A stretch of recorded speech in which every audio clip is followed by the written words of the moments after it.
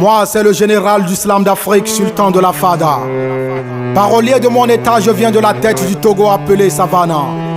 Je viens te parler de ce que j'utilise pour te parler. Je viens te parler des mots. Je viens te parler des mots, de ce qui fait la force de Dieu et de l'univers entier. Je viens te parler de ce qui fut au début et il sera à la fin. Je viens te parler de ce qui marque ton destin. Je viens te parler de ce que même les malvoyants, les malentendants utilisent pour rendre tout saillant. Je viens te parler des mots. Les mots, les phrases, les paroles, le silence.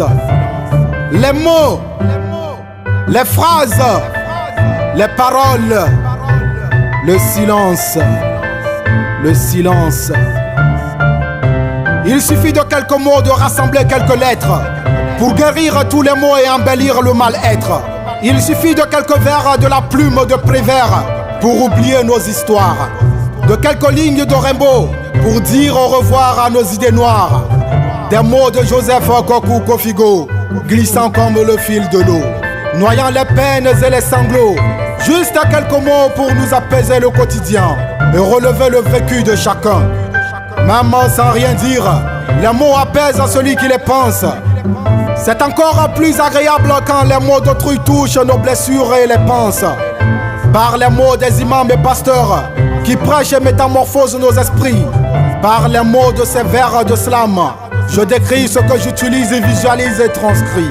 Je te parle des mots. Les mots. Les mots. Les phrases. Les phrases. La parole. La parole. Le silence. Le silence. Qui n'utilise pas les mots dans ce monde? Personne. Ah oui, personne. No one can refuse to speak and use the words. Le bébé crie, le sourd décrit. Comme une épée de Damoclès pour faire élégance, en font trop de pataquès. Comme ces politiciens prêts à toutes les rhétoriques pour flatter et endormir le peuple de discours démagogiques. Mais de toute façon, maman Moubour quand toi femme, Yempab quand toi yentarma, Sabob liawa au fampo, au batwa sangambe. Alors affûte ton verbe dès l'aube, car Dieu créa le ciel et la terre à travers les phrases et la parole. Les mots créent, calment, apaisent, mais les mots nuisent et détruisent aussi. Pour aussi agir, le sorcier utilise les mots pour ses incantations. Il subjugue et conjugue et les met en action. Pour flatter et courtiser, les mots deviennent un fusil. Le don Juan s'en sert pour ses exactions. Il y a des mots qui éduquent. Il y a aussi des mots qui nuisent. Il y a aussi des mots qui ratatinent, qui poussent à la guerre et nous déchirent. Qui ne sait pas parler ne sait pas éduquer. Et qui ne sait pas écouter ne saura évoluer. Qui ne sait pas choisir ses mots ne saura être qu'un va-t-en-guerre. Arrêtons de parler pour ne rien dire.